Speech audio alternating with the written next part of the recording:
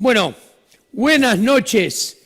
Bienvenidos al programa número 48 de Economía al Cuadrado. Y hoy, en este programa, ¿saben qué les voy a traer? Hace 48 horas, en la Feria del Libro, Javier Milei y yo, en el auditorio Jorge Luis Borges, el más grande de todos, juntamos 1000 personas sentadas, 200 personas paradas y rompimos, metafóricamente, el auditorio presentando nuestro libro Libertad, Libertad, Libertad. La organización nos comentó que dentro del auditorio metimos más gente que Cristina Fernández de Kirchner. Y esto es meritorio, porque solamente fuimos 2 tipos comunes que fuimos a presentar un libro que tiene filosofía, moral, economía, análisis empírico y propuestas económicas. Y lo llevamos sin regalar entradas, sin cargos políticos, sin candidaturas, sin micros, sin nada de eso. La gente fue solita, la gente fue por generación espontánea. Y esto es lo más importante de todos, porque la generación espontánea es lo que ha dado lugar a los inventos más importantes del ser humano. Los progresos más relevantes a lo largo de la historia de la humanidad, todos, uno por uno, comenzaron por generación espontánea. Siempre lo digo yo, lo explico, lo he explicado en este programa. El individuo, actuando libremente en mercado,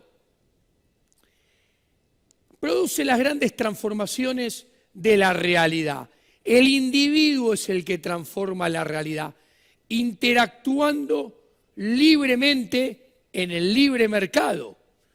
Es mentira que la política transforma la realidad. Los políticos nunca transforman la realidad. A lo sumo, lo único que pueden hacer es entorpecerla.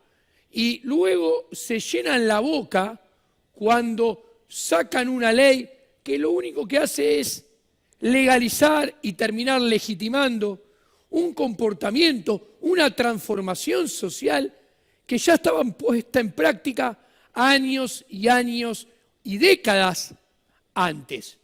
Siempre uso el ejemplo del divorcio. La gente transforma la realidad interactuando unas con otras en forma libre y la gente se divorciaba hace décadas. ¿Qué pasó después? Un día, tardíamente, la casta política se juntó en el Congreso y aprobó una ley de divorcio que lo único que hizo es legalizar, legitimar algo que ya venía pasando hace muchísimas y muchísimas décadas en la sociedad entre los seres humanos. Eso sí, Alfonsín se llenaba la boca diciendo que él sacó la ley del divorcio y que él transformó la realidad permitiendo el divorcio. Pamplinas. Si no me creen esto, y les puedo dar un ejemplo de descubrimiento. El dinero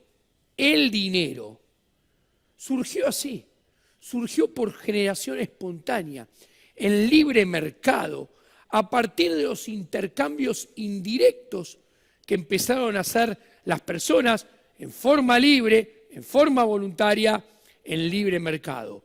El dinero era un instrumento para intercambiar en forma directa bienes y servicios que era acuñado en forma privada. ¿Y qué quiero decir? Había un privado que acuñaba dinero que era utilizado por 2 privados en cada punta de las transacciones. Esto fue así por décadas, siglos, milenios, hasta que aparecen los gobiernos. Los gobiernos no tenían nada que ver con el dinero y aparecieron para regular que las monedas, la circulación áurea, la circulación de moneda de oro, también de plata, las monedas tuvieran las onzas que decía que tenían.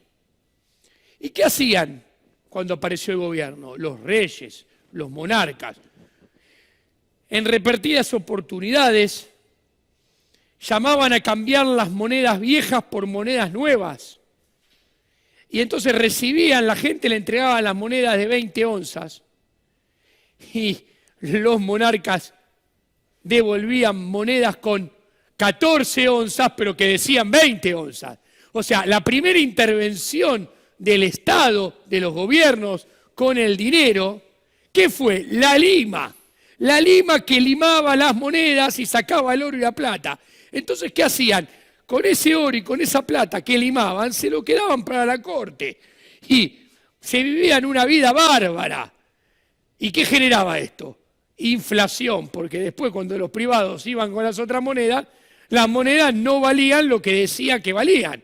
¿Y eso qué era? Al final, para comprar Morphy, te pedían una mayor cantidad de monedas. O sea, es inflación. En el libro Libertad, Libertad, Libertad, por ejemplo, explicamos todo esto y explicamos cómo surgió el dinero fiduciario. ¿Qué es el dinero fiduciario? El que tenemos nosotros, desgraciadamente, en nuestras billeteras hoy en día. Es el papel pintado que no tiene ningún respaldo detrás. Y esto, emitido en forma monopólica por los gobiernos, es un invento del siglo XIX que se masificó en el siglo XX. Hoy a nosotros, y en casi todos los países del mundo, nos parece casi una locura imposible que el dinero no tenga nada de respaldo atrás. Nos parece imposible que sea emitido compulsivamente por los gobiernos, que si ustedes se analizan entre un banco central público que tiene el monopolio del dinero y una banda de falsificadores que hacen el dinero en una cueva, no hay ninguna diferencia. No hay ninguna diferencia. Bueno, y explicamos que los bancos centrales surgen en el siglo XIX en Inglaterra en una discusión entre dos escuelas, la escuela bancaria versus la escuela monetaria. Todo esto está explicado, repito, en el libro. La escuela que propone la creación de los bancos centrales es la escuela monetaria, que eran supuestamente los precavidos, los que buscaban ponerles palos a la emisión, para que no se expandiera en forma artificial la cantidad de dinero y el crédito. Querían un banco central para prevenir la inflación. Los bancos centrales terminaron propiciando todo lo opuesto a lo que pensaban los creadores de los bancos centrales que iban a servir los bancos centrales. Entonces, en este libro, Libertad, Libertad, Libertad, tenemos nuestra propuesta monetaria. Nuestra propuesta monetaria es ir a un sistema de banca Simon con depósitos en caja de ahorro y cuenta corriente a la vista con 100% de encaje, eliminar el Banco Central e ir a una banca de inversión sin prestamista de última instancia. ¿Qué quiero decir? Con una banca de inversión donde uno deposita para ganar dinero, pero si hay corrida, te gusta la pelusa, te gusta el Durano, bancate la pelusa, bancate el riesgo. Pero vamos ya al libro. Estamos hablando del libro. Voy a poner la primer gráfico. Me di cuenta que tengo los gráficos desordenados, pero vamos al grano. Esto es un libro anarcocapitalista. O sea, es un libro anarquista. El concepto fundamental, la idea de fondo es que el Estado es el enemigo. A ver, el anarcocapitalismo quiere, como dice Jorge Luis Borges, que empieza el libro con estas 3 frases, miren la última, creo que con el tiempo llegaremos a merecer que no haya gobiernos. Y pongo un Jorge Luis Borges más joven y uno más veterano, para decirlo rápido. Miren una frase cuando era más joven. Para mí el Estado es el enemigo ahora. Yo querría un mínimo de Estado y un máximo de individuo. Para eso quizás sea necesario esperar algunos decenios o siglos, lo cual históricamente es nada.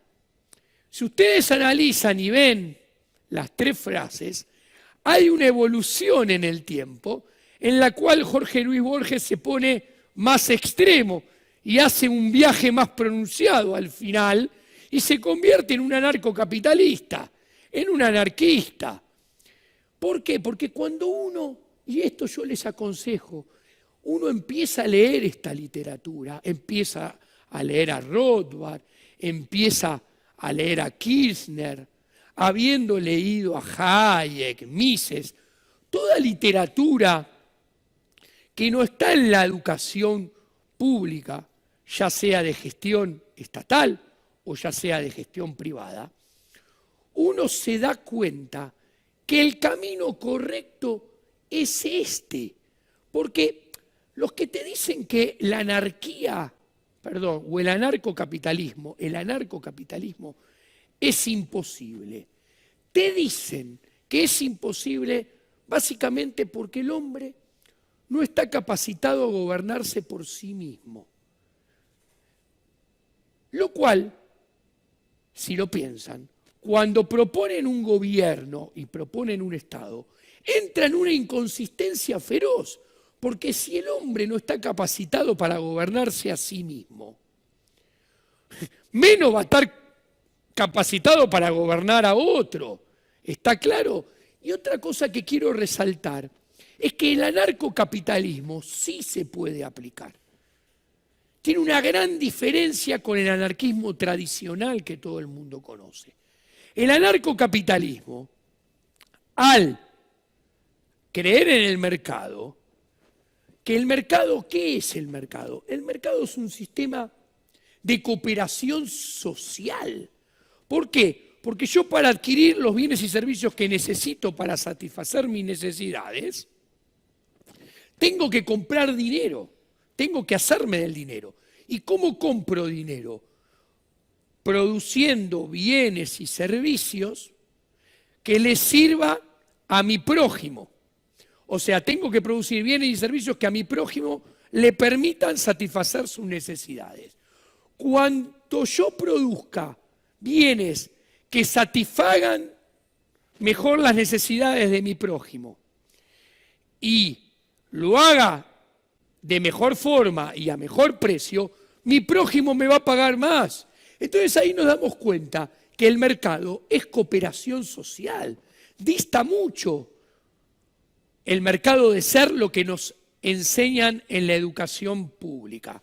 Entonces el anarcocapitalismo, al querer en el mercado, tiene un sistema para organizar libremente, en paz, armónicamente, la sociedad. Cosa que el anarquismo no tiene, porque el anarquismo no cree en el mercado. Y como no cree en el mercado, no tiene sistema de organización social. Y al no tener sistema de organización social, ¿qué pasa? Llega un momento que está condenado a ir a la fuerza. Y la fuerza, ¿desde a dónde se ejerce? Desde un Estado. Y ahí vemos cómo el anarquismo entra en contradicción. El Estado es el enemigo. Esa es la idea faro del gobierno. Y acá, ¿qué vemos? El rechazo a la intervención estatal, que es la violencia, se puede rechazar de dos maneras diferentes. Como lo hacen los liberales clásicos, como por ejemplo Milton Friedman, o del otro lado, como lo hace el libertarianismo, el anarcocapitalismo, Murray Rothbard. A ver, acá lo vemos en la Filimina. Tenemos arriba, tenemos claramente cómo lo rechaza el liberalismo clásico. Lo rechaza desde ¿dónde? Lo rechaza claramente, no desde lo moral y filosófico, sino de lo utilitario. Entonces, por ejemplo, te dice, no quiero que el Estado intervenga en contratos laborales porque eso genera más desempleo, eso genera distorsiones que menoscaban la producción y cae el bienestar. En cambio, el libertarianismo te dice, no tiene que haber intervención estatal en los contratos laborales porque vos, Estado, ¿quién demonios sos para meterte en el contrato entre dos personas? Que si ese contrato existe, es porque, al menos a priori, ex ante, se supone que ese contrato beneficia a ambas partes. Entonces, hay que tener en cuenta, muy importante, estos dos últimos bullets de esta Filimina, que se los quiero mostrar puntualmente. Ahora seguramente el señor director vuelve a mostrar la Filimina. Toda intervención del Estado consiste en sustituir acciones voluntarias por la coacción, por la fuerza. O sea, con intervención los individuos hacemos lo que nunca jamás habríamos hecho sin la fuerza coercitiva del Estado. O sea, con intervención cambiamos nuestro accionar a cambio de la amenaza de la violencia, de la represión del Estado si no hacemos lo que él quiere. Perdemos utilidad. Entonces está muy claro que cuando comparamos el liberalismo clásico contra el libertarianismo clásico, hay una gran diferencia. A ver, el liberalismo clásico acepta el Estado porque dice que el Estado tiene como prerequisito para que exista libre mercado y haya propiedad privada, tiene que proveer seguridad y justicia en forma monopólica. O sea, a la seguridad y justicia el liberalismo clásico le da un tratamiento que no le da a ninguna otra esfera ni mercado de la economía. Una barbaridad. Acá muy bien, Jesús Huerta del Soto, esto lo explicamos en el libro, explica que el libertarianismo es moralmente, filosóficamente, éticamente superior al liberalismo clásico. Explicamos en el libro, siguiendo las explicaciones de Jesús Huerta del Soto, que el liberalismo clásico, al aceptar el Estado en su origen, tiene el germen de su propia destrucción, porque la fatal arrogancia del político, como explica Hayek, lo hace intervenir, asumiendo que nosotros no sabemos nada y él sabe todo. El político interviene con su fatal arrogancia. Como no hay precios, como no hay sistema de precios que trasladen la información de qué, cómo, cuánto y qué calidad producir, el político no tiene ni idea de qué, cuánto, qué calidad producir con sus intervenciones. Entonces, sus intervenciones nos llevan ¿a qué? Al camino de la servidumbre de Hayek. Cada vez hay más intervenciones acumuladas unas arriba de otras. Y esto hace que las diferencias entre lo obtenido y lo que se proponía obtener fueran cada vez más grandes. Entonces, en definitiva, queda muy claro, como explica en forma conjunta la escuela austríaca con Jesús Huerta del Soto, Hayek, von Mises, que se los ve en la Filimina, que la diferencia entre liberalismo clásico, socialdemocracia, socialismo y comunismo termina siendo una cuestión de escala y que inexorablemente es un viaje de ida que empieza del liberalismo clásico y se empieza a mover hacia la izquierda y vaya a saber a dónde termina. Tenemos que prender una vela y rezar que se mueva lo menos posible en ese sentido. ¿Por qué no nos damos cuenta de todo esto? Porque, y esto está muy desarrollado en libertad, libertad, libertad, hay un rol crucial de la educación. La educación no es laica. La educación pública es religiosa. Hay un adoctrinamiento en la religión del Estado.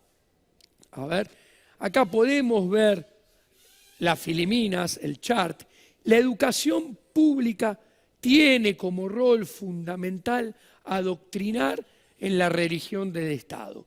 Desde pequeños, desde jardín de infantes y en forma creciente a medida que pasamos primaria, secundaria, universidad, nos van metiendo en la cabecita que el Estado tiene un rol crucial en la vida social, corrigiendo injusticias, fallas de mercado, brindando igualdad de oportunidades, eligiendo ganadores y perdedores, que tiene que intervenir en toda esfera.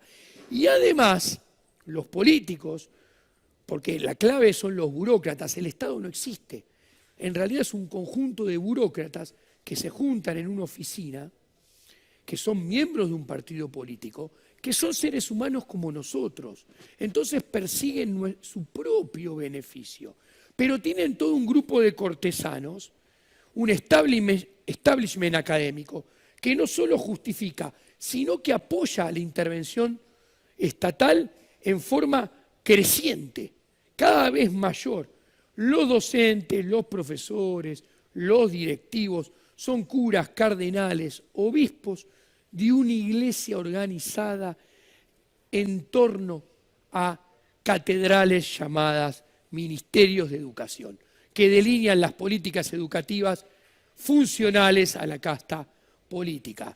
O sea, nada cambió, como se ve acá de fondo rápidamente, estamos muy parecidos al medioevo. En el medioevo el político gobernaba para Dios y por Dios. Hoy nos dice que gobierna por y para el bienestar general.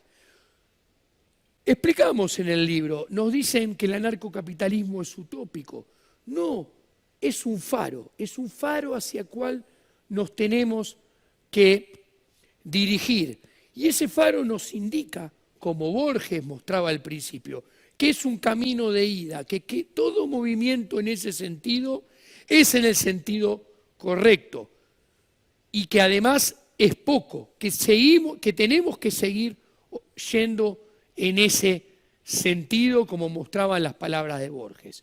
No hay nada más utópico que el paradigma actual, el paradigma en el cual vivimos, que es el paradigma de la teoría tradicional de la política económica, en el cual nos dicen que el político es un ser humano especial, único, no es como nosotros, no persigue sus objetivos individuales, sino que es un ente benévolo que persigue el bienestar general, que conoce qué es el bienestar general, cosa que es imposible porque para mí el bienestar general es una cosa y para cada uno de ustedes el bienestar general es otro. Entonces nunca puede existir un bienestar general. No solo eso, sabe cómo alcanzarlo, sabe qué botones tocar, sabe con qué fuerza, en qué magnitud, durante cuánto tiempo tocar esos botones. Y no solamente eso, conoce a la perfección el modelo económico y sabe cómo responden todas las variables a su toqueteo de botones. Una locura demencial. Todo esto es una utopía fabulosa. Pensar que esto puede salir bien, que el político lo tenemos que dejar que persiga el bienestar general y a través del Estado va a terminar bien y va a funcionar bien, es una locura. Esto es lo más utópico de todo. Entonces, mostramos en el libro todas las diferentes intervenciones del Estado, que son todas formas de violentar. Las intervenciones, ya lo mostré alguna vez, son de tres tipos: autística, binaria, triangular. Acá podemos ver que las autísticas son las que había en el comunismo, que te decían que vos tenías que trabajar y servir para un objetivo del partido y que lo que era antes tus propiedades también tenían que estar al servicio del partido. O sea, sin ninguna contraprestación para vos. La intervención binaria es el presupuesto, el gasto público, los impuestos, las empresas públicas, los subsidios a la producción, la inflación, la estimulación del crédito. En el libro mostramos y bajamos un montón de mitos. Mostramos que el gasto público tiene valor económico cero. Mostramos claramente, explicamos que las empresas públicas no pueden funcionar bien. Explicamos que la corrupción es función del tamaño del gasto público y de los impuestos. La corrupción es un contrato entre un funcionario público corrupto y un empresario en el cual se trafica gasto público financiado con nuestros impuestos. Y le ponemos números. Mostramos que Argentina es el país con mayor corrupción de la región y mostramos que es porque tiene el mayor gasto público y la mayor cantidad de impuestos, que hay que bajarlo, que los países que menos corrupción tienen en Latinoamérica son los que tienen gasto público más bajo e impuestos más pequeños. Mostramos que la inflación no solamente empobrece a todos y empobrece más a los más vulnerables, sino que distribuye ingresos en favor de los políticos. O sea, ellos ganan plata con la inflación. Porque ¿quién gana plata con la inflación que es emisión monetaria? El que gasta los billetitos primero, porque los gasta, los imprime, los gasta antes que los precios hayan subido. ¿Y quién es eso? El político. Mostramos cómo la estimulación del crédito artificial desde los bancos públicos termina generando recesiones. Y después mostramos todas las intervenciones triangulares. Mostramos cómo los controles de precios máximos, los controles de precios mínimos, el control del tipo de cambio, el control de la tasa de interés, cómo los controles de productos, como la provisión de productos, los monopolios, las licencias, los estándares de calidad, seguridad, aranceles, todos estos mostramos uno por uno. ¿Qué te dice el político que es cada intervención? Te mostramos el argumento que usa el político, la mentira que usa el político diciendo qué va a lograr metiendo esta violencia estatal interventora, y después te mostramos lo que en realidad termina sucediendo. Caso por caso te mostramos cómo baja el bienestar individual y el bienestar social después de cada intervención. Y el gasto público, te mostramos que el gasto público, dentro de las 4 formas de gastar dinero que clasificaba, Milton Friedman, el gasto público es la peor forma de gastar dinero. Y te mostramos que tiene valor económico cero. ¿Por qué es la peor forma de gastar dinero? Porque gastás dinero de otro, le sacás ese dinero compulsivamente con un garrotazo en la cabeza vía impuestos, que te hace producir menos, te hace generar menos empleo, te hace que paguen o que te paguen menos salario. Pero además, después, cuando el político se apropió de tu dinero, lo gasta en forma muy ineficiente. ¿Por qué? Porque no sabe nuestras curvas de preferencia, nuestras curvas de necesidades. Dicho en sencillo, un político no puede saber nuestros gustos, nuestras necesidades, nuestras preferencias. Entonces, indefectiblemente va a terminar gastando infinitamente peor que lo que si ese dinero fuera gastado en libre mercado, en forma voluntaria, por los que ganan ese dinero. Todo esto, las 4 formas de gastar dinero, la más eficiente es gastar tu propio dinero en ti mismo y que no venga nadie y te saque compulsivamente impuestos a las fuerzas, es la mejor. Y acá le dejo los últimos 2 gráficos que creo que están acá, a ver si los traje. No los puedo mover, deben estar capaz en el otro lado. A ver, vamos a ver, acá están. Miren, 30 segundos finales, acá tienen, desde que recuperamos Banco Central del 2005 al 2018, 2.195% de emisión monetaria, de maquinita, 2.195% de maquinita, en consecuencia 1.983% de inflación en estos 12 años. En el vecindario, en los países de la región, ese numerito es 70. Nosotros, 1983. Por eso tenemos nuestra propuesta monetaria. Y miren el delirio fiscal de la casta política.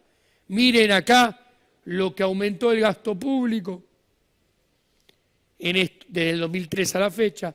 Miren lo que aumentó la presión tributaria. Por eso en el libro presentamos una reforma fiscal global con reforma del Estado que a lo largo de 4 años baja el gasto público 15 puntos porcentuales para que a la micropyme y a la pyme le bajen los impuestos 10 puntos porcentuales y vuelvan al nivel que tenían en el 2003, 2004 y tengamos los niveles de gasto público y presión tributaria que tienen Colombia, Perú, Chile, o sea, los vecinos que más crecen en la región.